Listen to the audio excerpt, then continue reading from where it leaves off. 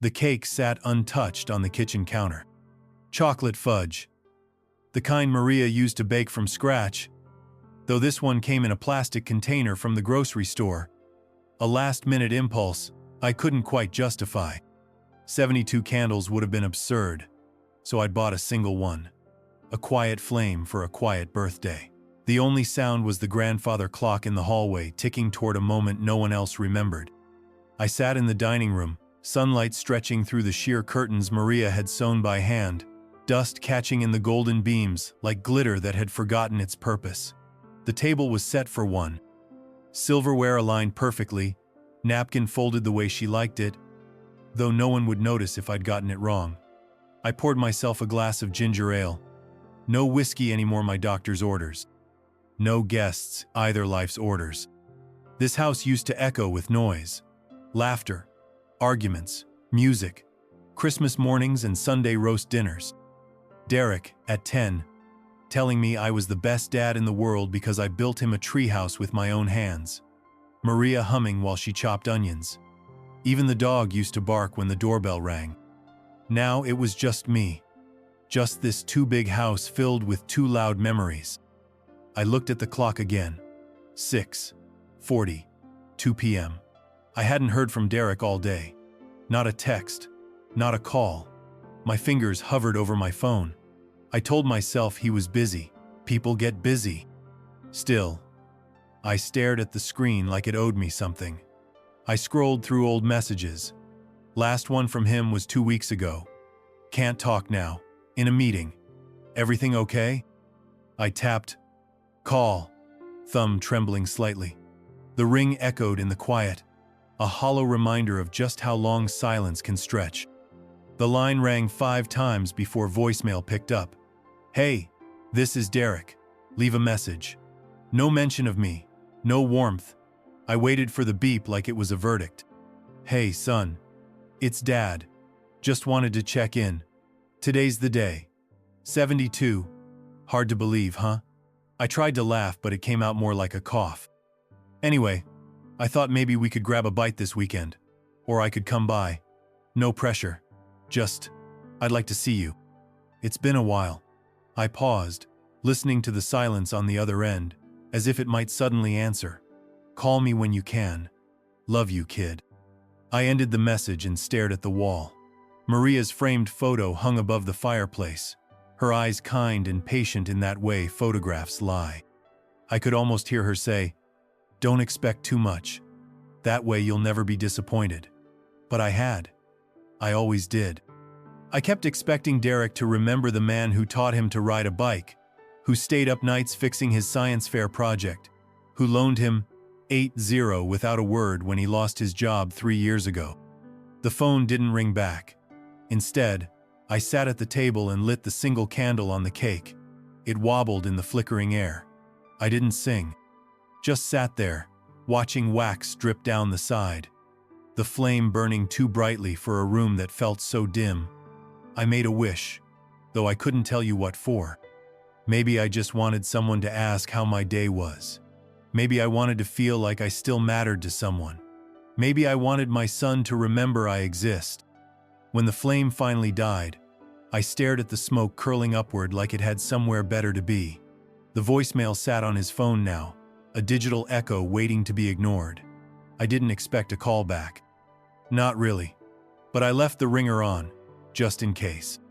The call came at 9:17 p.m., 3 hours late and exactly as expected.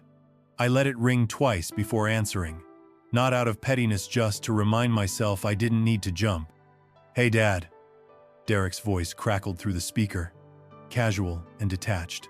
I could hear traffic in the background, a car door slamming, some muffled laughter that didn't belong to me. Hey, son, I said. I tried to make it sound light, like it didn't sting. Sorry I missed your message earlier. Today's been nuts. Back-to-back meetings. Sarah's car had a flat, and you know how Mondays go. He chuckled like we were trading small talk, like he hadn't forgotten. I nodded even though he couldn't see me. No worries, just thought maybe we'd grab dinner sometime. It's been a while. Yeah, totally, he said. Voice too quick, too dismissive. Let's figure something out soon. Maybe next week? Sarah's got this conference in Portland, and I promised her I'd watch the kids. But after that, yeah, let's aim for something. Next week. Maybe. Aim. All soft words that mean never. Sure, I said. Whenever works for you. There was a pause. Long enough for honesty to slip in, but short enough to avoid it. Well, hey, I gotta go. Sarah's waving at me. Happy birthday, though. 72, right? That's wild. Yeah, wild, I echoed. All right, love you, Dad. He said it like a reflex, like hanging up a call with a utility company. Love you too, son. The line clicked dead. I stared at the phone, then set it face down on the counter like it had betrayed me. And maybe it had. The pot roast came out too dry. I forgot to cover it with foil during the last hour, and it showed edges crisp, center tough. Maria never forgot that step. She'd hum as she did it, like sealing in moisture was sacred. The mashed potatoes were lumpy, no matter how much butter I added. I got the stuffing mostly right though. Sage and apple, her signature. I set the table for two. Muscle memory. Then I sat down and stared at the empty chair across from me. I dusted it earlier, like it mattered, like she'd notice. I ate slowly, chewing each bite longer than needed. Not because I was savoring anything, but because when you're alone, a slow dinner fills more time. Halfway through, I looked up at her photo above the mantel. That one from our 40th anniversary in Banff. She was laughing, head tilted back, the mountain sun turning her silver hair gold. My throat tightened. I put down my fork. I miss you, I whispered. I don't know if he even remembers how much we gave him. The tears came without drama, just quiet, steady drops falling onto a cracked dinner plate. I didn't sob. I'd done that the first year she was gone. Now the sadness came like the rain, soft, persistent, familiar. I wiped my eyes with a napkin, then finished my meal. Not because I was hungry, but because that's what you do. You finish things, even when no one notices, even when no one cares. Later, I wrapped up the leftovers and labeled the container. Pot roast. Dad. 7:25. I didn't know why. No one else would see it. The fridge door clicked shut. The kitchen light flickered once before going out. I didn't bother fixing it. The video call came on a Thursday night. Unscheduled. Unimportant. Derek's face filled the screen first, pixelated slightly from a weak signal. His wife, Sarah, leaned in a moment later, wine glass in hand, her lips glossed and practiced into a smile that didn't quite reach her eyes. Hey, Dad. Thought we'd check and see how the old man's holding up, Derek said. Grinning like this was a game show, and I was the lucky contestant. I adjusted the tablet, the one he gave me 2 Christmases ago, still half loaded with apps I never opened. I'm doing all right, I said. Just been quiet lately. The house feels different in the winter. Still can't get used to the silence. Bet it's peaceful though, Sarah chimed, sipping her wine. No mess. No noise. I'd kill for that sometimes. I tried to smile. I guess. Just gets lonely some nights, that's all. I glanced over at the recliner where Maria used to knit. The lamp still turned slightly in her direction, as if waiting for her return. Sometimes I talk to her photo, just so there's a voice in the room. There was a pause. Then Derek laughed. A short, sharp chuckle that hit me like a slap. Come on, Dad, he said, waving a hand. You're not a dog left on the porch. You'll survive a little silence. Sarah giggled too, more out of reflex than cruelty. He's right. Don't be so dramatic. Something behind my ribs shifted. I opened my mouth to say something edifying, but the words backed up in my throat like cars behind a fallen tree. I'm just saying, I managed. Some days feel longer than they used to. Oh, please, Derek snorted. You've got TV, books, that Facebook group for old veterans. You're not that alone. He meant it to be comforting. It wasn't. I nodded, pretending to agree, pretending it didn't feel like they were talking about a stranger. I watched my own face in the corner of the screen older than I remembered. Drawn, grayer, at the temples. A man slowly fading out of relevance. "Well," I said after a silence, "I should let you both get back to your evening." Derek shrugged. "Yeah, we've got a show to catch up on." "Love you, Dad." "Love you," I replied, my voice too even. Sarah raised her glass in farewell. "Stay warm." The call ended. I sat there for a long moment, the screen reflecting nothing but my own hollow living room. No laughter now, no movement, just a chair, a table, a man staring at what used to be a family. I didn't cry. Not this time. Instead, I stood up, walked into the kitchen, and opened the drawer where the will sat. I didn't touch it, just stared at the manila folder for a long minute, as if it might speak first. It didn't. But in that stillness, something inside me cracked.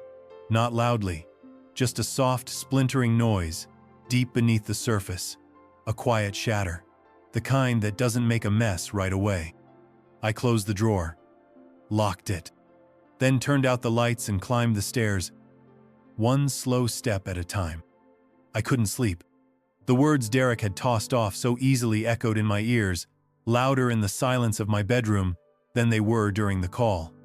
"You're not a dog." I lay there staring at the ceiling fan, its slow, hypnotic spin casting soft shadows across the room. Maria's side of the bed still had her reading glasses on the nightstand, her bookmark too. Page 141 of a mystery she never finished. I hadn't had the heart to move them. At 2:11 a.m., I got up. The hallway creaked under my feet, each board familiar under the soles of my slippers. I made my way to the study. Maria called it my den, though it always felt like hers. Plants she'd kept alive for years still sat on the windowsill, reaching quietly for the moonlight. I opened the bottom drawer of the filing cabinet. There it was, the folder with the crisp, official-looking label. Last Will and Testament of Arthur James Hollis. The last time I touched it, Maria had still been alive. We'd signed it together, hands shaking not from age, but from the weight of that moment. Planning for a world without one of us. I sat down, the leather chair sighing beneath me. The folder felt heavier than it should. Inside, bank account info, real estate documents, executor instructions, everything neatly in order. Page 3, primary beneficiary, Derek Hollis, son. I stared at the name. 4 bold letters that no longer fit the man I'd just spoken to. A man who laughed when I cried. For the first time in years, I questioned the fairness of it all. Not just the money, but the honor, the trust, the legacy. I closed the folder slowly and placed it on the desk. Then I opened the second drawer. The second drawer hadn't been touched in years. It smelled faintly of cedar and old paper. Inside, bundled in a thick red ribbon, were Derek's childhood letters. Some still written in crayon. Some carefully typed with a boyish mix of pride and typos. "Dear Dad, you are the best builder ever. My treehouse is cooler than Max's because you made it with your hands. I love you. 1000. Age 8. Dear Daddy, thank you for my bike. I'll ride it every day, and be careful. I want to be just like you when I'm big. Age 6. Even his awkward teenage scrawl had charm. Thanks for not yelling when I backed into the mailbox. You're a legend, Dad." My hands trembled as I unfolded them one by one. Page after page of gratitude, love, admiration. And now silence, condescension, laughter at my pain. Where had that boy gone? Had I given too much? Forgiven too often? Had I loved him so hard he forgot to do the same? I pressed one letter to my chest. The paper was soft, worn from time. A drawing of the two of us at a baseball game was scrawled on the back stick figures, but I could tell who was who. Mine had a big smile. I set the letter next to the will, and for the first time, in this long, lonely chapter of my life, I began to imagine what it might look like if my story didn't end the way he expected. The letter slipped from my fingers and fluttered to the desk. I leaned back in the chair and closed my eyes. The room was quiet, too quiet, but somewhere in that silence, I heard her. Maria. It wasn't a voice exactly, more like a presence wrapped in memory. I could see her sitting across from me at this very desk, wearing that old navy sweater with the little pearl button she never bothered to replace. She was always beautiful, but in these moments unfiltered, unguarded, she was breathtaking. It was the week Derek got into college. Full scholarship, first in our family. We'd just finished going over the finances, calculating what we could cover and what we'd have to borrow for room, board, and books. I was willing to sell the truck. She wasn't. "You're too generous, Art," she'd said gently, placing her hand on mine. "He deserves it." "He does," she nodded. "But so do you. So do we. Don't give so much that you're forgotten." I laughed at the time. "That's not how family works." Maria didn't laugh back. She looked at me with those steady eyes, full of love and caution. "It is sometimes." I'd waved her off, just like I'd waved off her suggestion to keep a little for ourselves, to say no once in a while, to let Derek learn the value of sacrifice by having to make some of his own. She wasn't warning me because she doubted Derek. She was warning me because she knew how men like me disappear not suddenly, but piece by piece. First the money, then the time, then the memory of who we once were. That night, after she'd gone to bed, I rewrote the budget and moved vacation to the bottom of the list again. We never did go to Italy. I opened another drawer. Inside was a folder marked taxes, 2003 to 2018. Tucked in the back were receipts I'd kept out of habit just in case. Tuition payments, car repairs, rent checks during Derek's gap year after college. A binder clip held together the documentation of 2 decades of giving. I laid them out across the desk like crime scene photos. Second jobs. Night shifts at the warehouse. Carpentry work on weekends. Those long years where I barely saw the sunrise from home. Missed vacations. The Yellowstone trip that turned into a staycation when Derek needed a laptop for school. The cruise Maria dreamed of that was postponed indefinitely after Derek's internship fell through. Borrowed money. 8-0 when Derek and Sarah bought their first house. 12-0 more when Sarah decided to quit her job and pursue creative work. Every time, I said yes. I sold tools, canceled subscriptions, wore the same pair of boots 3 winters in a row. Not because I was desperate, but because he was my son, because that's what fathers do, or so I thought. Each receipt carried a weight I hadn't noticed while carrying it. But now, laid bare, they told the story of a man who bent so far for his child that he forgot how to stand tall for himself. I stacked them neatly, bound them in an elastic band, and set them beside the will. Then I turned off the desk lamp and sat in the dark, surrounded by everything I had given and nothing I had kept. I called him the next morning, not to accuse, not to argue, just to ask him to lunch. The phone rang twice before he picked up. "Hey, Dad, everything okay?"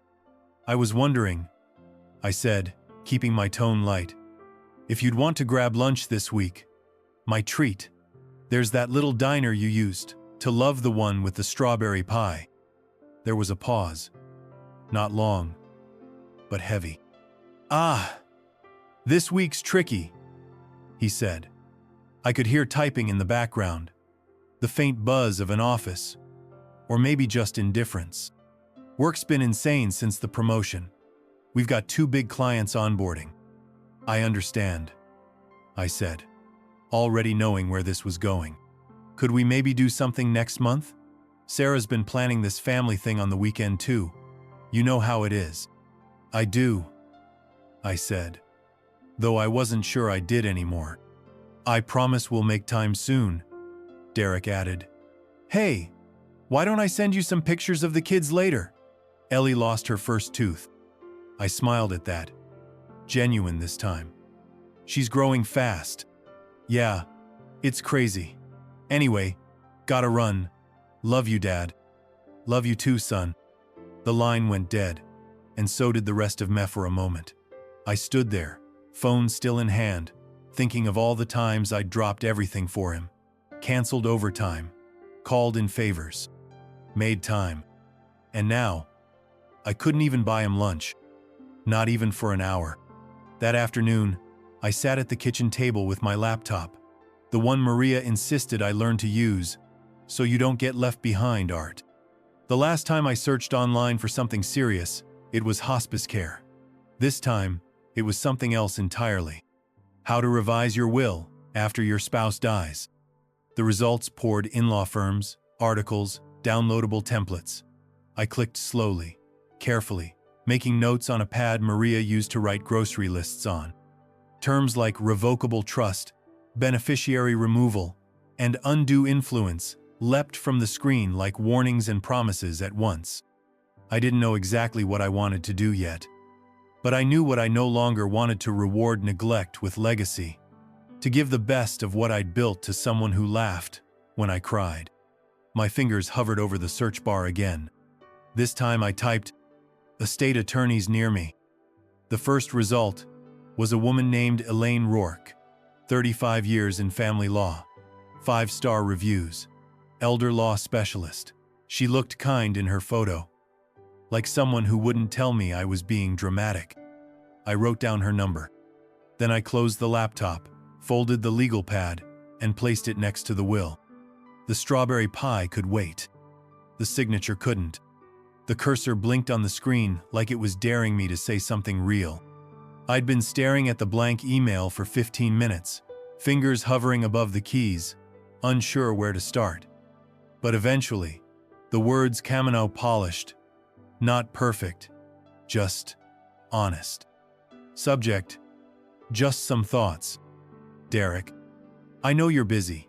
You've said it a dozen times, and I believe you. Life happens fast when you're trying to build something.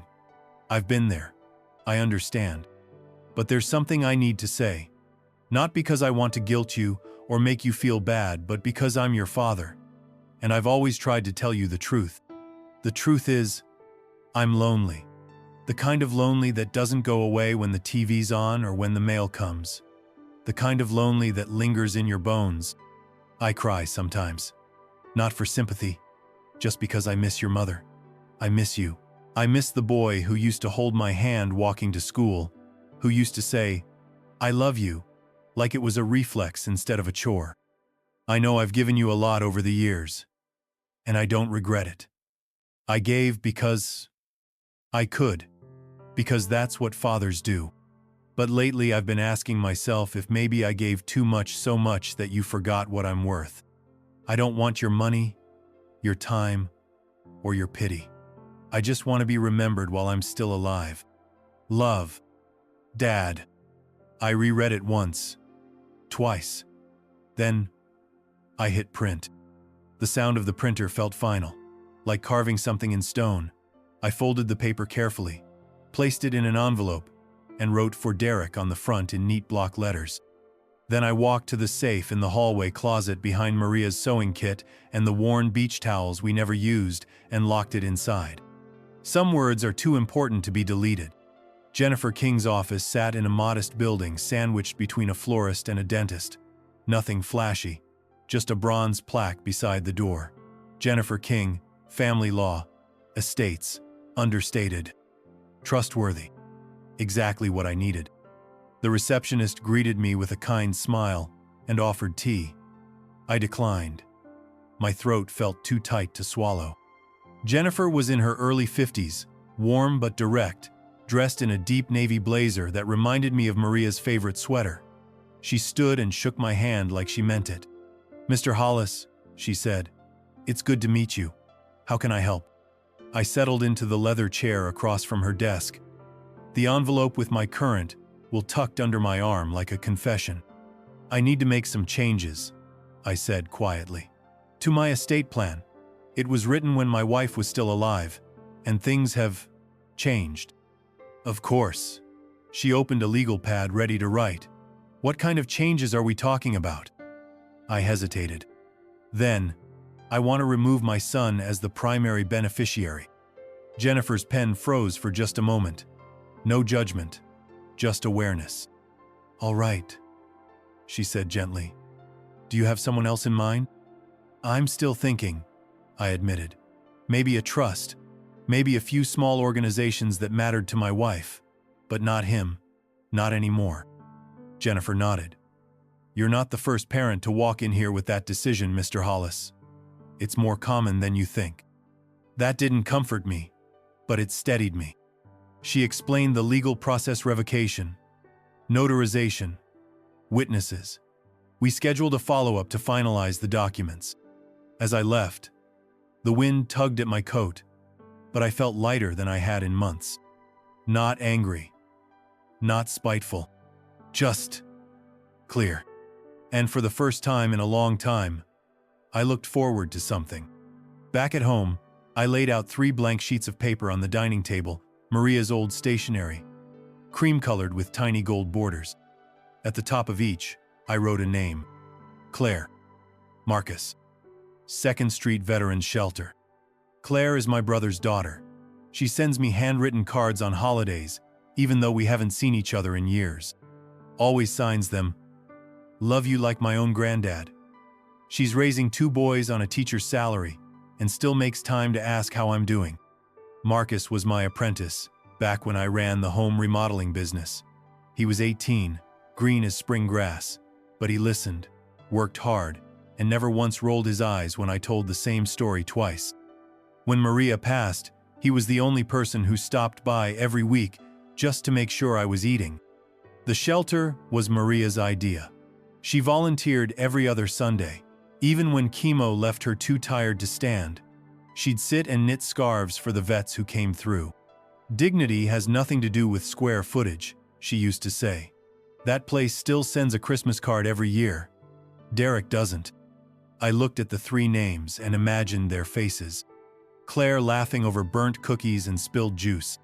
Marcus in his dusty jeans, showing me photos of the deck he built, using your trick with the leveling beam. A woman at the shelter handing out coats stitched with Maria's initials. That's the legacy I wanted. Not bitterness, not punishment, just something earned. The backyard hadn't been touched since spring. Fallen leaves blanketed the flower beds Maria once tended with surgical precision. The grill stood under a weather-beaten tarp like a forgotten relic from some past civilization.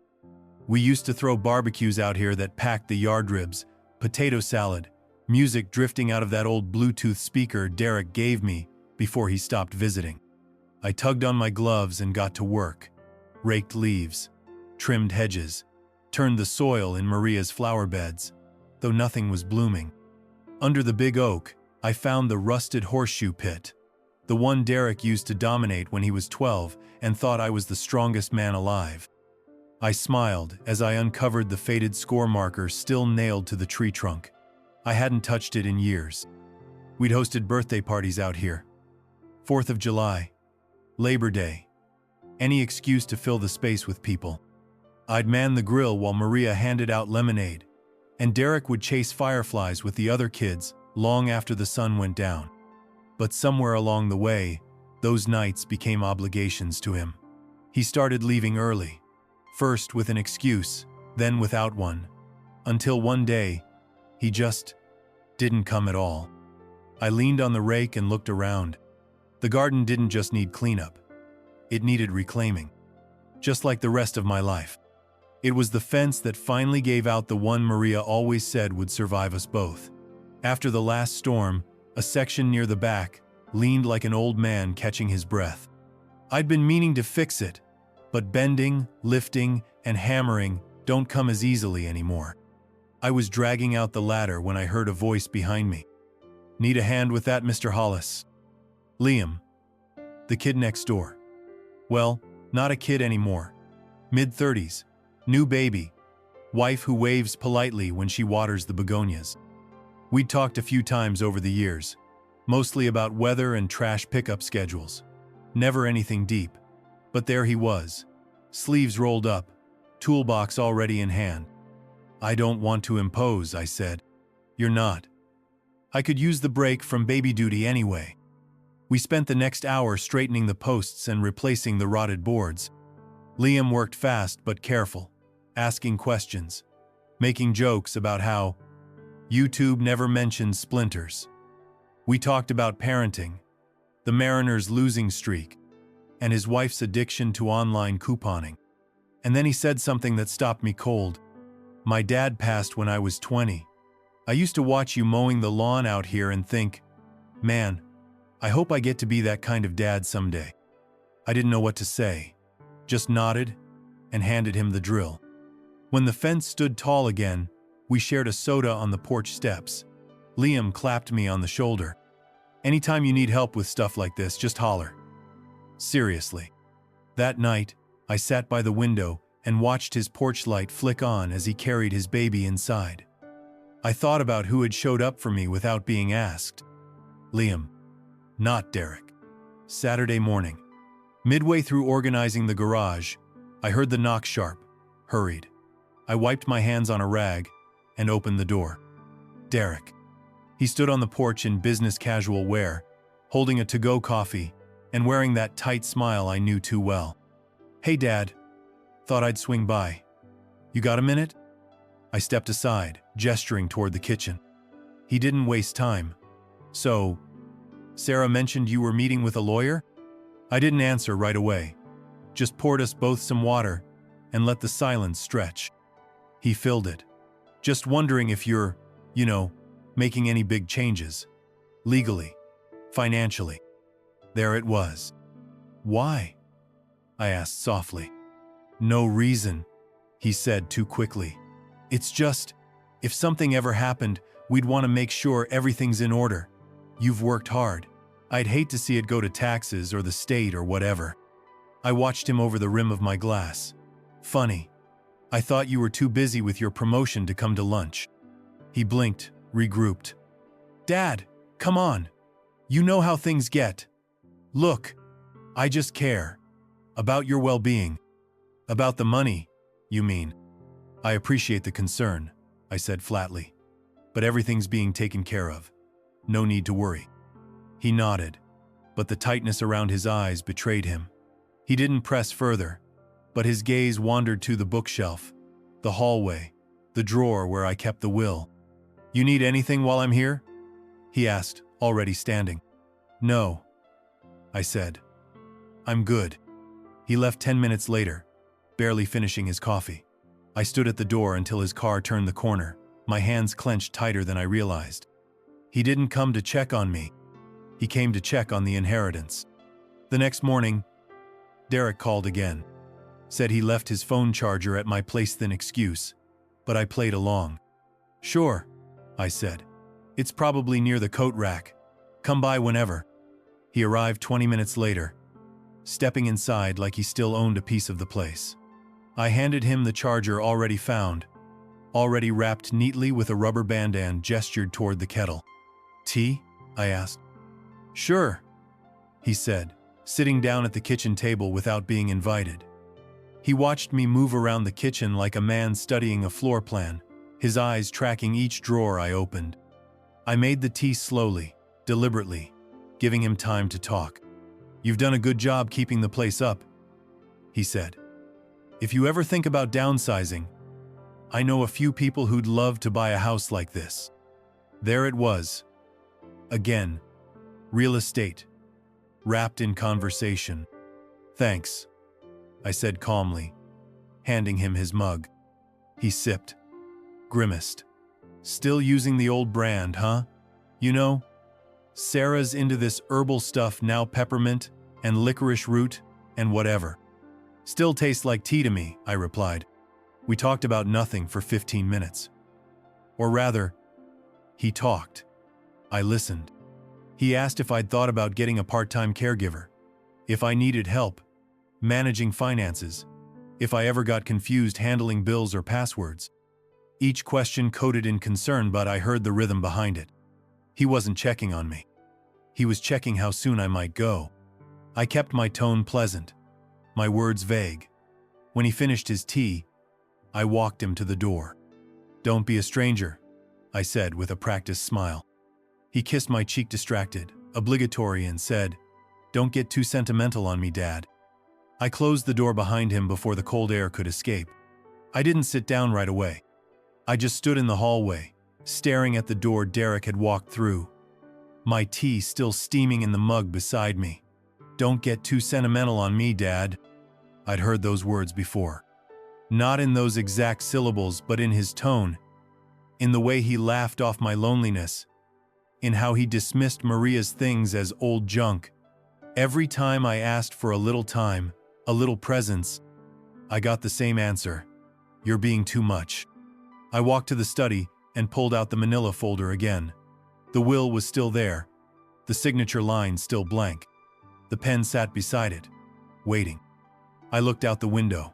Liam's daughter was riding her tricycle down the sidewalk, waving at the mailman like he was Santa Claus.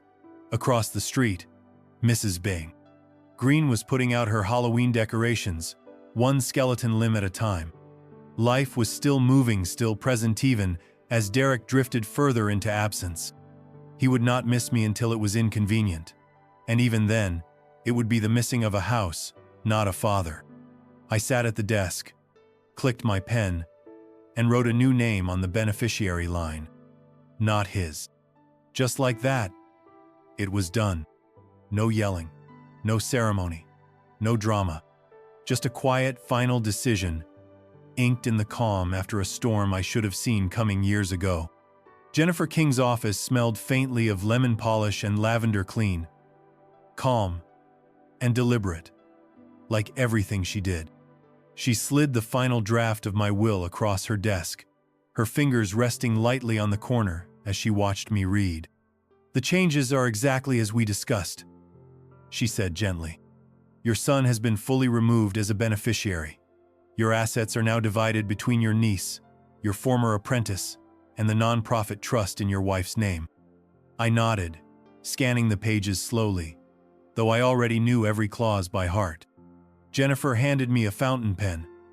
Not a ballpoint, not a disposable. Something heavier, more final. "You sure?" she asked. I looked at her, then at the line where my signature would go. I've never been more sure of anything. The pen touched paper with no hesitation.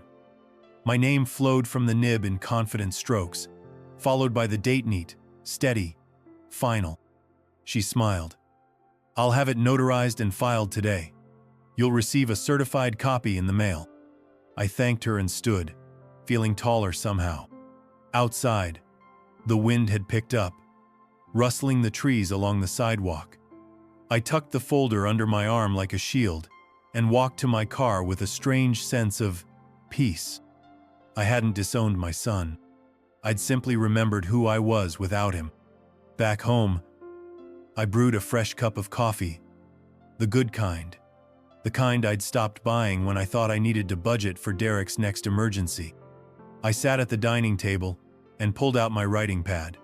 Not the legal one, not the digital one, the old one with the blue marbled cover Maria used for church notes and recipes. At the top of the page I wrote, "To the 2nd Street Veterans Shelter, in memory of Maria Hollis." The words came easier than I expected. My wife volunteered with you for over a decade. She believed in dignity, in warmth, and in making sure people were seen, not just serviced. In her name, I'd like to establish a modest trust fund to support winter coats, meals, and basic needs. Enclosed, you'll find a letter from my estate attorney confirming this decision. I can't bring Maria back, but I can make sure she keeps showing up where she's needed. I folded the letter and placed it in an envelope, sealing it with the same firmness I'd once reserved for mortgage payments and tuition checks. Then I walked it out to the mailbox, raised the red flag, and stood there for a minute in the chilly air. Maria had always said love was what you do, not what you say. And this felt like love. The text came on a Thursday afternoon, wedged between 2 spam calls and a pharmacy reminder. "Hey Dad, having a little BBQ this Sunday. Sarah wants you to come by. Bring your potato salad. Should be fun. Starts around 1. No call. No apology. Just a cheerful command, pretending to be an invitation. But I knew what it really was. They wanted to be seen doing the right thing. Maybe someone had asked why I wasn't at Ellie's last birthday party. Maybe Sarah's parents were coming. Maybe Derek just remembered I still existed. Either way, it didn't matter. I replied, "I'll be there. Looking forward to it." And I meant it. Not because I wanted the ribs or the small talk, but because I had a plan. That Sunday, I wore Maria's favorite shirt, the one she said made my shoulders look broad. I brought my famous potato salad, as requested. I even brought a folding chair with the little cup holder, though I didn't plan on staying long enough to use it. And in my jacket pocket, I carried a small sealed envelope, thin, white, unassuming. On the front, written in my neatest penmanship, "In case of emergency." The backyard was picture perfect. White tablecloths, fairy lights, a Bluetooth speaker playing some sunny playlist. Sarah probably Googled that morning. Derek held a pair of tongs like a man who only grilled for Instagram. Guests milled around the patio, coworkers, neighbors, people I didn't recognize. I smiled, nodded, played the part. "Dad!" Derek shouted, walking over and giving me a quick, performative hug. "Glad you made it." "Wouldn't miss it," I said, and handed him the Tupperware. We made small talk. He introduced me to a man from his office as the legend who built our deck by hand. Everyone laughed. I played along. When lunch was served, I waited for the right moment somewhere between the second round of drinks and the first round of Sarah's polite boasting about summer camps. Then, quietly, I handed Derek the envelope. "What's this?" he asked, laughing lightly. "In case of emergency," I said. His smile faltered just slightly. "Emergency-like? You'll know when," I replied. "Might never need it. But if the time comes, open it." He blinked. "Should I open it now?" I looked him square in the eye. "No. That would ruin the surprise." For a brief second, I saw something behind his eyes, uncertainty. Not fear. Not yet. But something close. Then Sarah called his name, and he slipped the envelope into his pocket like it was nothing. But it was everything. Because inside that envelope was the one thing he never expected. The truth. The paper plates were stained with barbecue sauce and bits of charred corn. Laughter floated across the yard like smoke light, shapeless, and mostly meaningless. Derek clinked a plastic cup with the back of a fork. All right, he said, standing near the grill. That showman's grin spread wide across his face. "Before we all fall into food comas, I just want to say a few words." A few guests clapped politely. Sarah placed a hand over her heart, as if the moment called for sentiment. I sat beneath the patio umbrella, nursing a glass of warm lemonade, watching. "I just want to say how grateful we are to have everyone here," Derek continued. "Especially Dad. He's the backbone of this family. Built the deck, built the house, built me." More polite laughter. I raised my cup in mock salute. He's been through a lot these past few years, but he's still strong, still full of potatoes. Another round of laughs, pointed toward my salad. I smiled, small and steady. "And I know I don't say it enough," Derek added, lowering his voice a notch for drama. "But I love you, Dad. We all do. We really do." He raised his cup toward me. A few others followed, some clapping, some smiling. I said nothing, just smiled. Let the silence speak. Because anyone watching closely would see that the toast wasn't for me. It was about me. For them. Another performance. Another right thing. For the photos and the alibi. But I didn't need to reply. Because the envelope was already in his pocket. And the reckoning was already on its way. 3 weeks later, I made the call. It was simple. Believable. Just enough detail to feel real without triggering alarm bells. "Hi, Derek," I said, voice a little hoarse. "Just letting you know I'm at County General. Felt a little faint this morning, chest tight. They're running some tests." A pause. Then, "Wow, Okay. Are you okay now? Do they think it's serious? Too soon to tell, I replied. Doctor said they might keep me overnight. Just wanted to let you know. Right. Okay. Well, let me talk to Sarah, see if we can figure something out. The kids have practice and I've got that investor call later, but maybe tomorrow morning? No rush, I said gently. Just thought you'd want to know. Yeah, of course. Feel better, Dad. He hung up. I sat on the bench outside the earthily dressed, perfectly healthy, holding a hospital pamphlet I'd picked up at the entrance like a prop. He didn't come. He didn't even ask which room I was in. That night, I had chicken soup and watched a documentary about birds. I didn't feel sad. I felt confirmed. Because sometimes it takes pretending to be sick to see who believes you're worth healing. It happened one Sunday afternoon while I was away visiting an old army buddy. At least, that's what I'd told Derek when I left him a voicemail the day before. In truth, I was parked 2 streets over, reading a paperback novel and sipping lukewarm coffee from a thermos. The perfect alibi for a man watching his own home. At 2:14 p.m., Derek's silver SUV rolled up to the curb. He stepped out wearing sunglasses and a hoodie like a man who didn't want to be recognized but still expected to be respected. I watched him fish out the spare key from under the ceramic frog by the garden hose. Maria's idea. She always worried I'd lock myself out. He let himself in with the easy confidence of someone who thought the world would always make room for him. 15 minutes passed. Then 20. At 32 minutes, he came back out empty-handed, moving slower, eyes down. He didn't see me drive away. I made sure of it. Later, back home, I examined the safe. The key was still in the lock. The door left ajar. Inside, only one thing had been disturbed. The envelope marked, "For Derek." The letter I'd printed that night, the one I never sent. It was gone. And that was exactly the point. I don't know where he read it. Maybe in his car, maybe in his garage with the door closed. But I know how it would have felt when he opened that envelope expecting a will or an account number. Instead, he found this. Derek, if you're reading this, then I assume you've gone looking for something I no longer intended you to have. Not because I want to punish you. Not because I'm angry. But because I finally learned something I should have known a long time ago. Love does not survive neglect. You laughed when I told you I was lonely. You made jokes about how I'd survived the silence. You came back, not when you missed me, but when you thought there was something here to collect. I gave you everything I could, Derek. Time, money, years, pieces of myself I didn't have to spare. But what I needed from you was presence.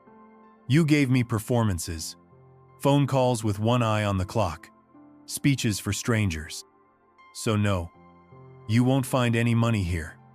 No deeds, no account numbers. You won't find an inheritance. What you'll find is the truth. And if you feel something heavy in your chest right now, I want you to know, that's not grief. That's recognition. Maybe someday you'll understand what you lost. Until then, goodbye. Dad. I didn't expect a response. And I never got one. But sometimes, silence speaks the truth louder than any apology ever could. It was a crisp autumn afternoon, the kind Maria would have loved. Gold leaves danced along the sidewalks of Riverbend Park, the air filled with the faint scent of wood smoke and distant kettle corn from a vendor's cart. I sat on a bench near the playground, scarf tucked tight around my neck, thermos in hand. Across the path, under a green awning with the words 2nd Street Veterans Shelter, Community Day printed on it, a small group had gathered. Laughter drifted through the air. Children ran in circles. Volunteers handed out coats, books, and warm food. And at the center, Elaine, the shelter director, stood beside a young woman holding a toddler on her hip. The woman looked no older than 25. Her coat was worn at the sleeves, her shoes mismatched, but her face lit up when Elaine handed her the envelope. She opened it slowly, carefully like it might vanish if handled too quickly. Inside was a certificate. The Maria Hollis Scholarship Fund, covering full tuition at community college. Her eyes welled. Her knees buckled just slightly. Elaine steadied her with a hand on the shoulder, whispering something kind, something I couldn't hear but didn't need to. I didn't approach, didn't need a thank you, because that moment right there was my thank you. I sipped my coffee and closed my eyes for a second. "Did you see that, Maria?" I whispered. She smiled just like you did when you believed in someone. No fanfare, no headlines, just a quiet legacy, passed from one pair of tired hands to another. And Derek would never know the weight of what he lost. I waited until evening. Set the camera on the bookshelf, nothing fancy, just my phone balanced on a stack of Maria's old cookbooks. The light from the desk lamp was warm, soft, honest. I pressed record. "Hi, Derek," I said calmly. "Don't worry, I'm not dying. Not yet, anyway." A pause. Not for drama, just to breathe. I wanted you to hear this directly from me. Not through a lawyer, not through some clerk opening a file in a cold beige office. I looked into the lens. Into him. "You laughed when I cried, son. That's the part you won't remember, but I will. You brushed off my loneliness like it was a punchline. You called it sentimental. You showed up only when you thought there was something left to take." Another pause. "I used to wonder if I gave too much. Now I know I didn't give enough to the right people. So I fixed that." I picked up the sealed envelope I'd shown him weeks ago. Held it up. "You've already read the letter, so you know what's in here." A breath. Steady. Certain. This isn't about revenge. It's not even about money. It's about making sure the things I built, the love, the work, the memory of your mother, don't vanish in someone else's neglect. I leaned in slightly. "You laughed when I cried, son." I straightened. "I just made sure my legacy doesn't." I reached forward and ended the recording. Then sat in the quiet for a while. Not mourning. Not bitter. Just complete. This story was intense, but this story on the right-hand side is even more insane.